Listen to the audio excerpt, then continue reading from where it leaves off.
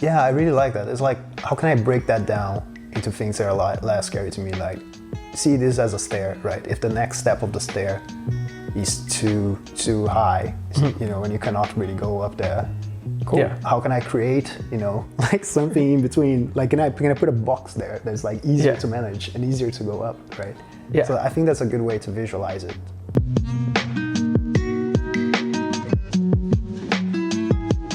Welcome to the Mindful podcast, where we help you to not lose sight of what's really important while chasing your dreams. Today's guest is Tiago Henriques.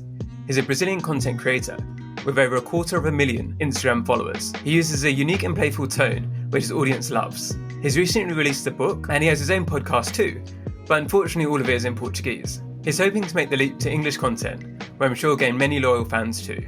This is the most I laughed in any of the podcast recordings, and I really hope you enjoy listening. Welcome, Tiago. It's great to have you here. You're the first person to record from my flat. I'm flattered. For the people back home, how Tiago knows me is actually quite a funny story. So we both live in Stratford in East London, and in one of my stories on Instagram, he noticed that I live really close to him. So it was kind of a little bit scary and a little bit stalkerish. A little creepy, yeah. But no, we ended up becoming great friends, and I play football with him, and it's one of those weird things how social media can make you friends in real life. Yeah. So I'm glad you sent me that stalkery message. Yeah, it's true. Thanks for inviting me here. Very happy to be here. First podcast in English. Yeah. Podcast/video. So very flattered. And yeah, it's one of those good coincidences, It shows us how social media is great for like meeting like-minded people. And yeah, pleasure to be here. Yeah. So as Tiago mentioned, most of his content is in Portuguese because he's originally from Brazil. So I've seen his content and it looks amazing, but I often have no idea what it actually means. But he's very good with the visuals. So one thing I want to ask you is, what's some common advice you disagree with? Yeah, so common advice I disagree with has a lot to do with my content, actually. I talk a lot about creativity, but I like to have an empathetic vision on that topic. So it's like a mixture of creativity and personal development. And a common piece of advice I really tend to disagree with is something we hear very often, which is the classic, just do it, as a universal solution to things when people are scared. So like, oh my God, I'm really scared of quitting my job, or I'm really scared of, I don't know, going on a date. Could be anything for your life. And then some people just approach it as a, just do it, like ignore what you're feeling and all this, all these things. And I don't think that is like something that should be taken as a universal solution. Obviously, it might serve some people, it might work very well. But for me, for instance, it has always paralyzed me. And I always needed to find a process that perhaps exposed me gradually to that thing that scares me, or, find a way to do that is not just do it. So that's definitely something that bothers me when I hear it. And again, I know it works for some people, but we shouldn't take this so extremely, in my opinion. Sometimes I think the best thing to do is just do it, but just do it small. Do something small. So don't go straight for quitting your job and becoming an entrepreneur. Yeah. Try it on the side first, or test it out first, because that's one of the things I think people often don't see, is they think there's this big transformational life change that happens overnight. Yeah. But often it's because they did smaller things beforehand, but nobody ever saw them. So true. And that kind of distorts our image of what people are doing, because when they're small, you're not paying attention to them. Yeah. You only start paying attention to them once they're massive, or once they've got a following. That is so true. I like to call that concept the minimum viable fear. It's like, if I'm scared of something and I cannot do it, cool. What's the minimum viable fear I can face today? And that's great. Like, it feels like progress, right? Yeah.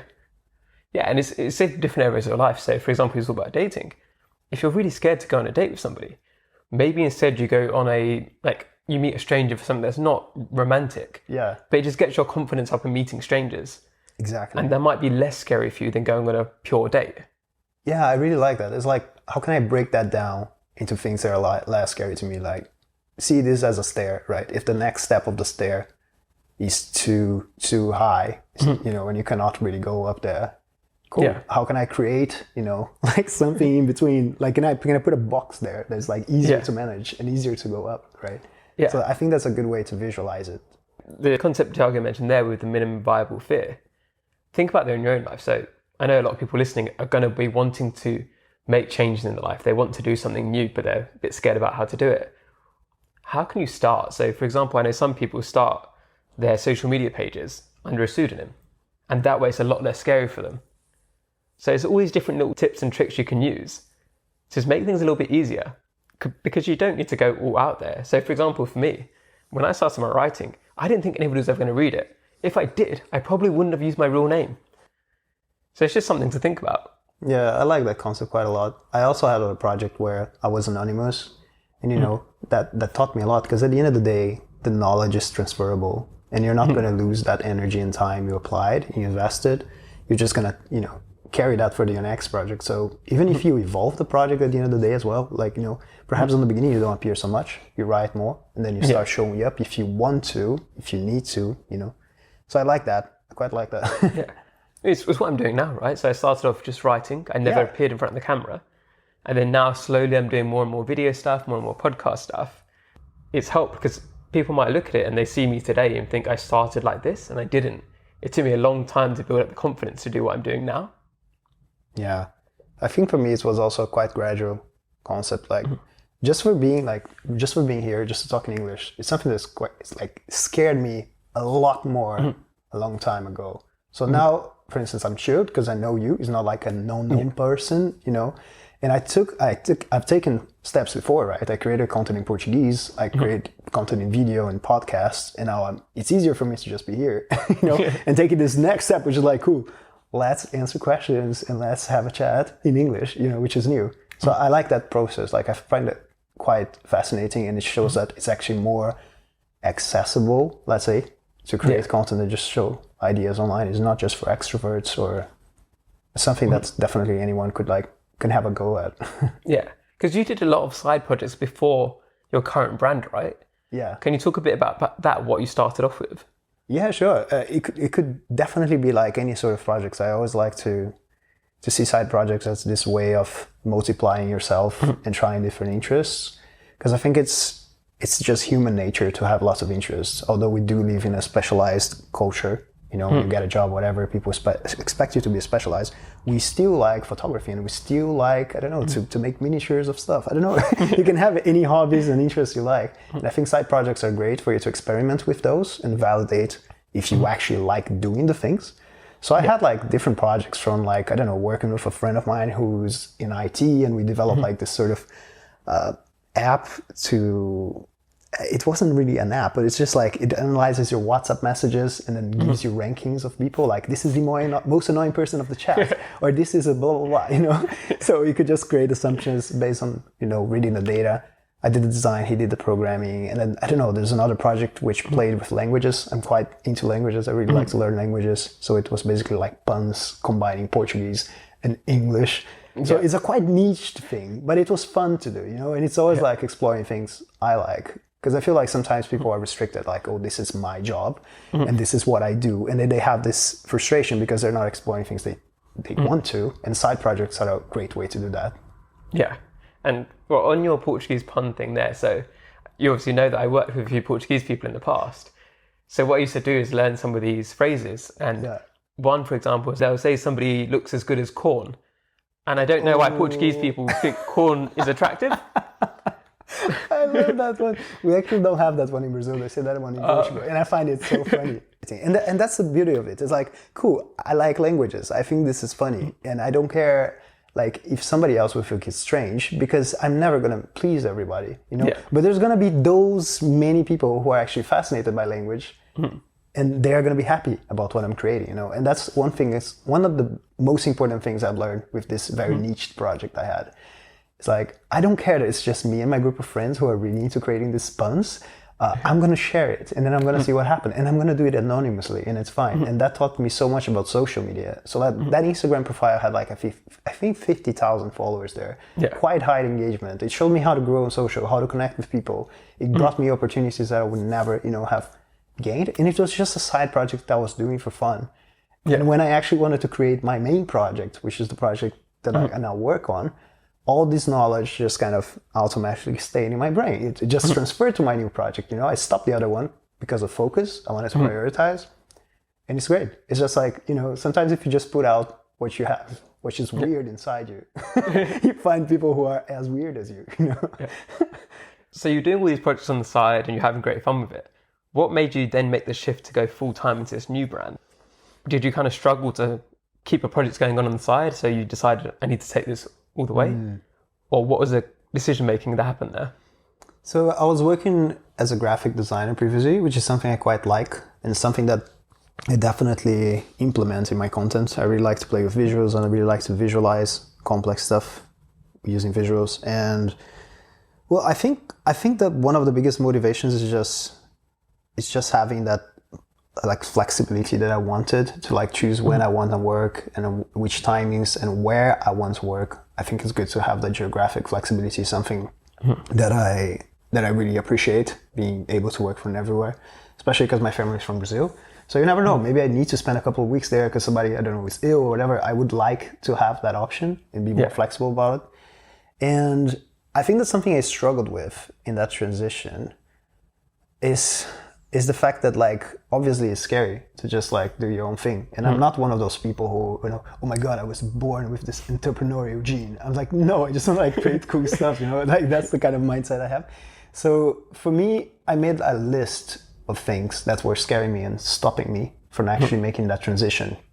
I made a list of financial things that I needed to sort out and practical things, and also the psychological things like my fears and everything. And then when I made that list and I realized, oh my God, the financial stuff is solved, the practical stuff, when I say practical, it's more because like, oh, I'm Brazilian, but I'm also Portuguese. Can I stay here in this country? Like this sort of, you know, admin stuff. And then there was the emotional stuff, which is like, I am freaking scared. Like all these things and like what scares me. And when I made all of this tangible, it was way easier to realize there was just the emotional stuff that was actually scaring me. So yeah, I guess that was like the main struggle, like in that transition. And there's also something I forgot to mention when it comes to like why I wanted to follow up with that project, which is the possibility of doing different projects, right? So I worked on my book, which was just launched. It's a book in Portuguese, unfortunately. Like, there's no point in me talking about it. I was like, damn, my creative content in Portuguese. You can translate it for us or like give us a bit of an idea of what it's about. Yeah, I'm sure when it goes worldwide, then we'll get an English copy. Yeah, that would be amazing. Yeah, but it's basically a journey book. So it talks about this character who has an idea and then it goes through all the sort of creative process, but it's not just the practical bit of like, oh, put ideas on a paper and then get these ideas and blah, but actually the things that happen in real life, which is like, I don't want to get started because this idea is so perfect in my head. So what's going to happen if I start doing it? It's not going to be perfect anymore. So it's basically the character going through all these stages, like from the start until, you know, actually showing the idea and then getting, you know, maybe haters saying, oh my God, that's horrible. You know, how do you do this sort of stuff? So it's a book about all of these moments in the creative process.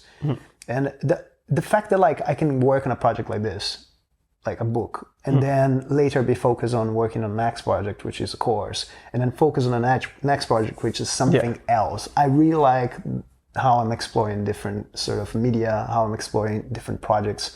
And that's a restriction I had before as a designer. And as a content creator, I can explore a little more. It's like, cool, I can do different things. I'm a human being who has lots of interests and I can actually use them. And that fascinates me, like that idea of being able to be versatile, creatively speaking. Yeah, with the list you made, how long did you take over that process? So like, was it something you just did in a day and you're like, okay, this is my solution? Or did it take you a while to go through that? It did take me a while. I always like to digest this sort of stuff. Like I need to like write it down. I need to put it in front of me so I can see from another perspective. And really, I think it really took me like a month to like make that decision.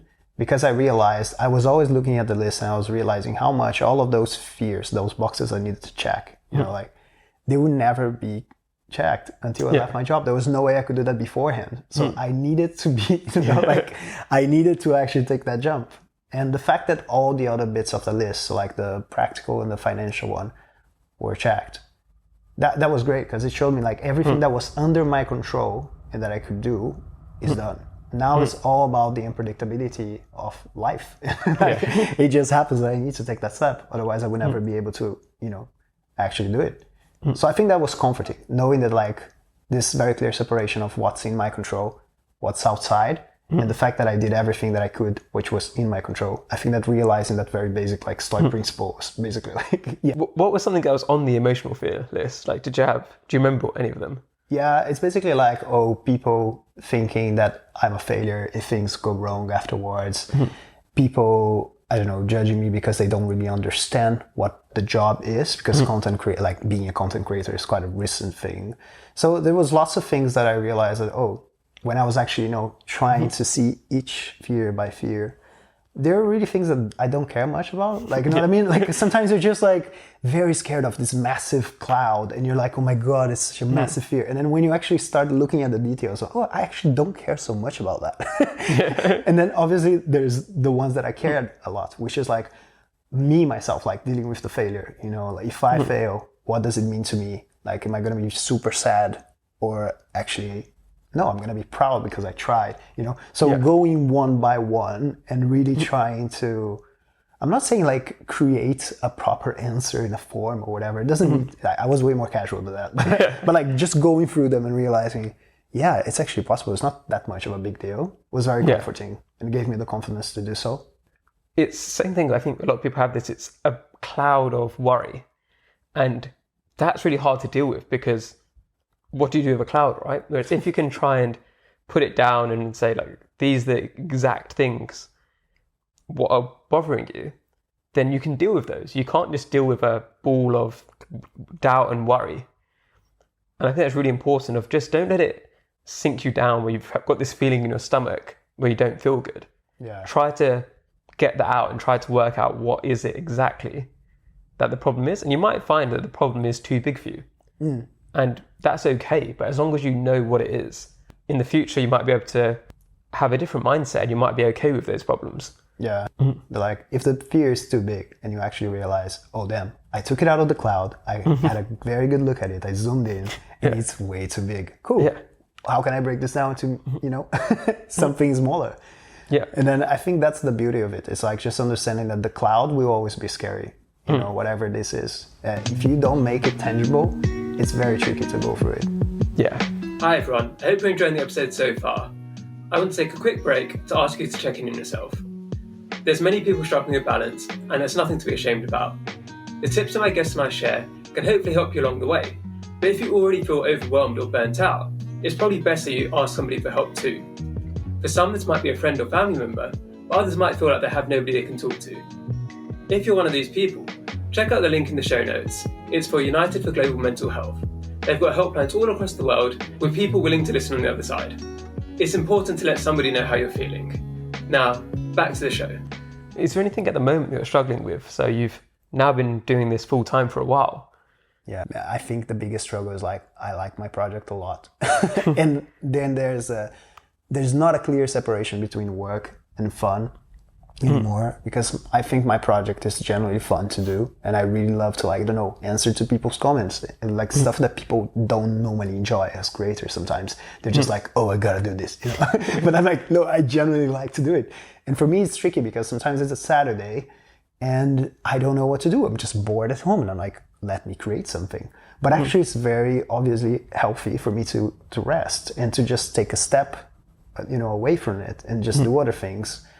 It's not just good creatively, but also good like as like a human being who depends on like recharging energies, right? So I think that's my biggest struggle right now, is trying to reconnect with the things that I like. And I think I'm slowly doing that. Like, for instance, going back to playing football, that's what we've been playing on Saturdays, for instance, so that time on Saturdays, sometimes I would use it to create, but now I'm playing football, so I don't think about content creation. Let me try to set boundaries to work, although work is fun, not all the time, obviously, but work is fun, cool, but it's still something I need to take a break from. Yeah, and I think what you're saying there as well is, if you don't take that break, then eventually it will come to a point where work isn't fun anymore. So by taking these breaks regularly, you allow it to stay fun. Whereas once it becomes your entire life, maybe you do that for 2 weeks or 3 weeks or a month or a year. Yeah. But then sooner or later you reach crisis point. Whereas if you're taking breaks throughout, you don't reach that crisis point. You get to recharge and you go back up again, then you go down. Whereas if you just go like that, sooner or later. Yeah. So I'm making hand gestures. So if you're listening to this, you won't be able to see it. If you're watching on YouTube, you can see what I'm doing. So I think that's a really good way to think about it, is take the breaks even if you don't need them. Yeah. Rather than, it's the prevention rather than the cure, right? Yeah. We really think of rest as a reward when actually it should be really, really like seen as part of the process. Yeah. And yeah, I think that mindset shift is very important to make things sustainable. Yeah. And I think one of the things related to that as well is like, do things that are pointless, isn't it? Where like football is, you can say, oh, you should do it because it's like fitness or whatever like that. But we don't play because it makes us fit. We play because it's fun. Yeah. Do things that are fun because that makes you happier. And then the work and everything like that is better off because you're a happier person overall. Yeah. And really trying to like, there's something that happened throughout the pandemic. I don't know if you thought about that too, but I feel like people really felt like I need a hobby and it needs to be cool. Like, I need to bake bread and it gotta be amazing. I'm like, I don't want to bake bread. Like, I want to like, maybe I just want to like reconnect with the stuff I like, even if they're stupid, I was reading your newsletter, the one about the TV. Like some people are just like, oh my God, yeah, I'm so cool. I don't have a TV. But like, you do whatever you want to do with your free time. If you want to watch TV, just go there. Like find your way to plug out, Sometimes your way of plugging off is playing football. Sometimes it can be reading a book that doesn't make you less or more than other people. It can just be fun. What you do for time really doesn't matter. Yeah. I think one of the interesting things about reading books as well is that in the past, it used to be the same way TV was, right? So people would be like, oh, why are you reading a book for? You should be outside and enjoying yourself and being fit.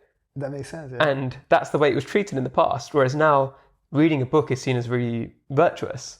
And it's interesting the way that attitudes have shifted over the last few years, whereas now TV is bad, but book is good. And it's the same thing in many ways. It's entertainment. Yeah. You can learn from a TV or you can learn from a book. Not one better than the other. Yeah. But we have this mindset of, if somebody reads a book, that means they're intelligent. It's like, well, if you read a documentary, or if you watch a documentary, or you watch something which teaches something about life, and it can be fiction, it can be whatever. Yeah. Why does that make you any lesser? Yeah, it's a very not up-to-date perspective, right? It's just like if you write stock photos study, it's going to be the person reading a book. You're not going to find a person like maybe nowadays we do have some pictures of this, but like you're not going to see a person seeing a video on YouTube. When actually I learned quite a lot, from tutorials on YouTube. Yeah. So I do think it's like an old-fashioned way of seeing things, but hopefully we will like catch up on that and update the mindset of that. It doesn't need to be that polarized. Oh my God, books are smart. TV is not, Yeah, and sometimes you shouldn't do things based on how other people perceive you. It should be based on what you enjoy, what helps you learn, what helps you do what makes you happy at the end of the day, isn't it? Yeah, definitely. Because even when you said about your emotional fears, the first few you said there, all about what other people think of you. Yeah. And then you realize those aren't important. What matters more is like how you feel about yourself. Yeah, it is true. I agree with you. I think that sometimes we just try to fit in like whatever is considered logical or safer. I think there's a big fear in general of like uncertainty, right? Oh my God, if I'm doing this way and then everybody does it the other way, I might be wrong. But actually maybe not. You're just more comfortable with that and that's totally fine. There's some people who don't like to listen to podcasts. They prefer to watch things and that's okay.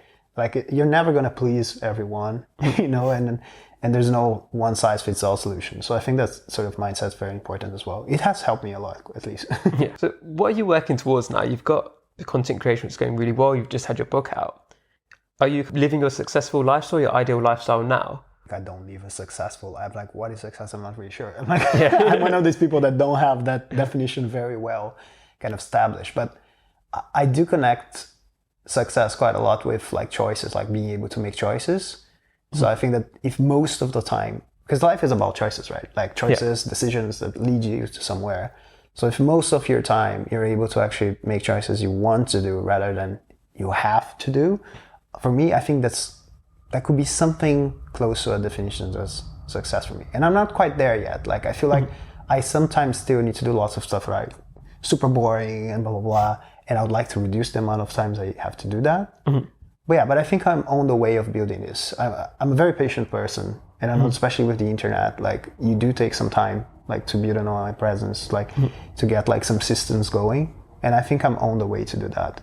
But one thing that's very important for me is that how I'm trying to build my business as well. It's like rather than thinking that, oh yeah, now I'm in the stage where I need to work a lot, so later I can just like rest and I don't believe in that. I think it's very hard for you to get out of that stage because it's always going to be something else. So what I try and do is to build it in a sustainable way, like there was obviously that moment where I was overlapping with my job and I needed to kind of go the extra mile, but I knew that wasn't sustainable. You know, like I knew that if I did for a bit longer, I would need to like slow down my pace and like go. So nowadays I really believe in that of like, for instance, I'm going to take a week off social media, I don't know, next week. And oh my God, but you're a content creator. You're going to be away completely from social media for a week. Yeah, I want to try to do that, because if I never try to do that, how can I find out if it works, right? I have to take that risk. And if I find out that it doesn't, maybe it's a sign. Maybe it's a sign I should review what I'm doing.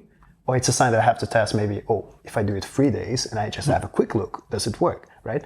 So I'm always up for testing these things of like, let's see how I can keep building this sustainably. And because for me, that would be close to success, let's say. So one point related to that came up to my head when you were talking is that when Tiago came in, he noticed I had a dishwasher. And he was really happy. He was like, I need a dishwasher. So when he's talking about his successful lifestyle and how the things he needs to do and wants to do, I think for Tiago, getting a dishwasher so he doesn't have to do the dishes would be his ideal lifestyle, help him live that life, right? Yeah. I don't know how you feel when you come back from holidays. When I come back from holidays, I come like, oh my God, there's so many changes I want to implement. You know? So I think that also taking a step back helps quite a lot in that. It's like for you to notice what is your dishwasher. Yeah. It's also understanding yourself, isn't it? You need to know what you like and what you don't like, and not based on what other people think they enjoy and what they don't enjoy. Yeah, it's very true. So I think it's interesting. I think it's always that balance of like what you value, what you can create systems for, you know. And at the end of the day, I don't, how can I say this? Like, I don't torture myself so much if I'm like, my God, oh yeah, tomorrow I need a solution for this. You know what I mean? Like, no, it's fine. If other people like it ahead of me, and let me take my time. Let me see like what I actually want to build, what actually makes sense for all sorts. Like, I don't rush with these things. No. The same task can be interesting for one person and then a burden for the other person. So you've got to decide what you want to separate out and what you want to outsource. Not what based on what I do or based on what Tiago does. Yeah, it's so true. So at the moment, for instance, the podcast editing, I do have, again, a podcast in Portuguese. And it's the same. Like, there's a person who does an amazing job editing, and I find it amazing that it's the kind of thing that, you know, we just record it. The person takes care of it, takes very good care of it, does an amazing job. And if I was to do it, I would perhaps also overthink it. Because I would be like, my God, yeah, I want to create this effect here. Let's add some, you know, some noises, or add some effects. And I think also taking that step back of having full control of the process is very interesting as well. Like, I had some creative insights, like just letting somebody else do that part of the job, and like, wow, they got to a place I would never think of. I love that they thought about this because they have an outside perspective. So there's the power, something very powerful there as well. So what's one mindset shift you think people could make that are listening today that'd make a positive difference to their lives? If you're a designer, you are going to have this very clear mindset of like, maybe I'm horrible at what I do because look at these people, like these 10 people who inspire me because they're amazing, and you know my work is so bad. But actually no, maybe you're just inside your bubble, and actually you do that thing way better than 99% of the world population.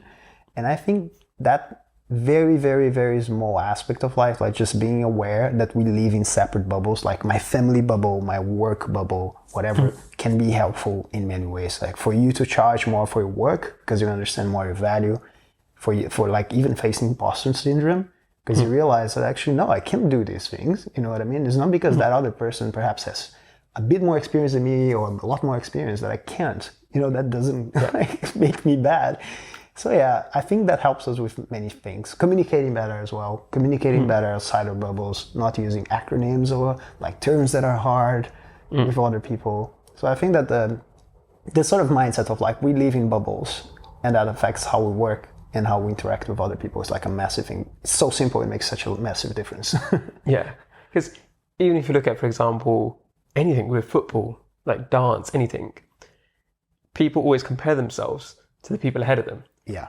And they forget that they're actually moved quite far already. So they lose the sight of the progress they've made. So for example, with a dance form I do, Bhangra, I'm probably in the top 1% of the world of it because most of the people in the world don't do it. So by the very nature of them never having experienced it before, going to 1 or 2 classes automatically puts you in the top percentage in the world. Yeah. And it's something which you don't think about, right? Even with football, which is a much more popular sport, most people might have played it a little bit. But if you're playing every week, you're probably better than most people at that too. But we always compare ourselves to the person who's playing with us. Yeah. And it can make us lose sight of, like you said, of how we're actually pretty good compared to the average human being. Yeah. And it doesn't matter what you're good at or what you do. You're going to be better at things than most other people in the world are, by the very nature of you spending more time on it than other people do. Yeah, and then that leads us to another very good question, which is how to not lose sight, right, of the progress. And I think a good way to do it, and that's the way I like to do it, it's not the right answer, is just trying to help people out, people that perhaps are in the same journey as you. You don't need to focus so much on like, are they ahead? Are they on the same spot? Are they behind? But like, if you just generally find joy in helping, it also helps you put things in perspective. Because, whoa, this person is asking me this question, which is something I did a year ago or 2 years ago, and I know how to answer, I know how to reply. And just paying attention to those small moments of, cool, I was able to help, and also I put in perspective how much I've learned since that last experience, right? Yeah. I think it's a healthy balance between, let's admire this person that I think is ahead, but also, like, let's be mindful of how much we progressed. Yeah. And it's you can have both, right? It doesn't need to be, you don't need to think you're amazing, you're better than the rest of the world. You can appreciate, oh, I'm pretty good, but there's still more that I can learn. And it's having that right mindset of, you don't need to put yourself down so much. I think sometimes I think it's strange that when people become good, because they're more aware of how much they've got to go to become the best, it's something to put themselves down more. Whereas when somebody's new to something, then they know they're bad, but it's fine because they're new. Yeah.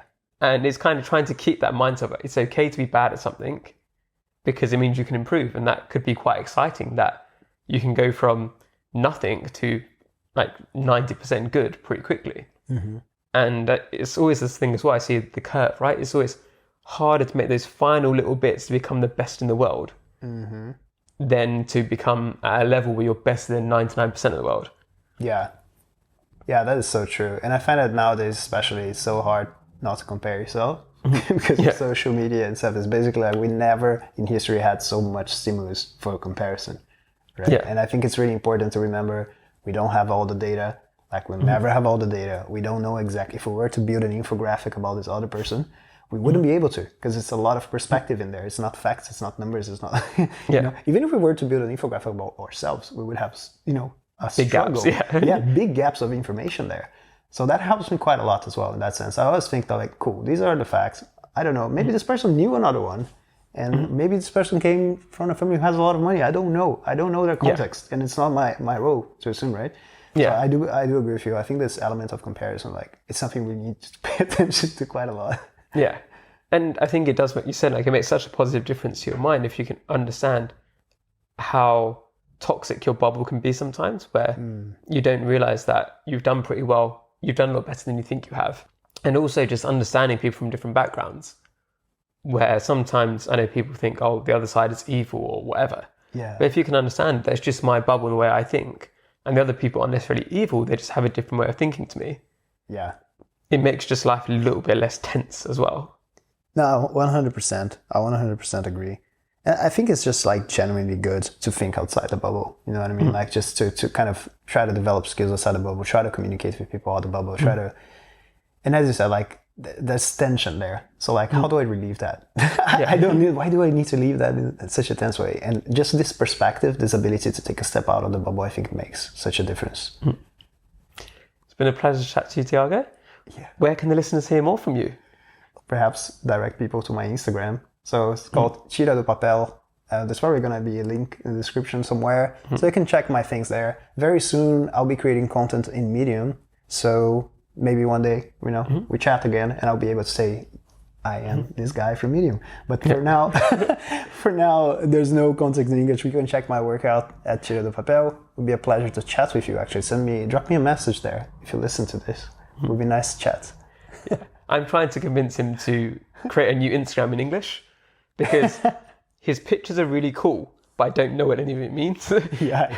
So I go through his polls and I just vote on something random to see if I get the right answer. Thank you. Thank you. And the final thing is, what's one small thing that's brought you joy recently? Ooh, small thing that brought me joy recently. I think I take a lot of joy from random messages I get. So I think the most recent one was just replying to my newsletters. I do get lots of cute messages. As I said, many content creators don't appreciate that. They're just like, thank you, that's it. But I generally take the time to like read through, imagine how people are thinking. And I think that like the most recent one was that. Just being able to like see somebody complimenting my work so deeply, creating the time to write down why my work has influenced their life in a positive way. And that makes me like, wow.